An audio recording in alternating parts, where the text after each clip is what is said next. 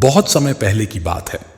China के एक राजा ने अपने बेटे को अच्छा शासक बनाने के मकसद से एक जैन मास्टर के पास भेजा। जैन मास्टर ने कुछ दिन अपने साथ रखने के बाद युवराज को 1 साल के लिए जंगल में अकेले रहने के लिए भेज दिया। जब युवराज लौटे तो मास्टर ने पूछा, बताओ तुमने जंगल में क्या सुना?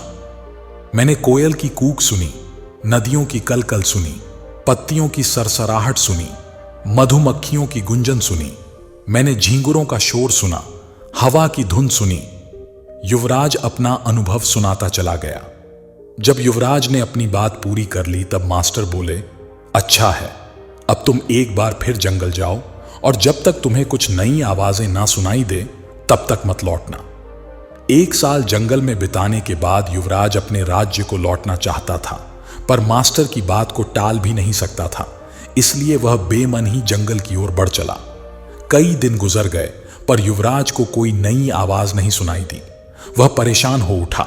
उसने निश्चय किया कि अब वह हर आवाज को बड़े ध्यान से सुनेगा। फिर एक सुबह उसे कुछ अनजानी सी आवाजें हल्की हल्की सुनाई देने लगीं।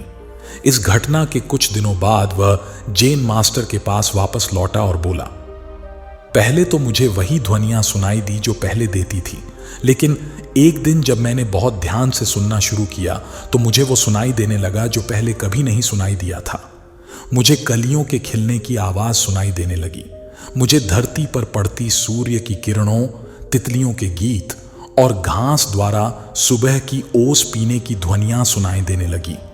यह सुनकर जैन मास्टर खुश हो गए और मुस्कुराकर बोले, अनसुने को सुनने की क्षमता होना एक अच्छे राजा की निशानी है, क्योंकि जब कोई शासक अपने लोगों के दिल की बात सुनना सीख लेता है, बिना उनके बोले उनकी भावनाओं को समझ लेता है, जो दर्द बयां न किया गया हो उसे समझ लेता है, अपने लोगों की अनकही शिकायतों को सुन लेता है, केवल वही अपनी प्रजा का विश्वास जीत सकता है, कुछ गलत होने पर उसे समझ सकता है और अपने नागरिकों की वास्तविक आवश्यकताओं को पूरी कर सकता है। दोस्तों, अगर हमें अपनी फील्ड का लीडर बनना है तो हमें भी वो सुनना सीखना चाहिए जो नहीं कहा गया है। यानी हमें उस युवराज की तरह बिल्कुल अलर्ट होकर अपना काम करना चाहिए और अपने साथ काम करने वालों की जरूरतों और भावनाओं का ख्याल रखना चाहिए।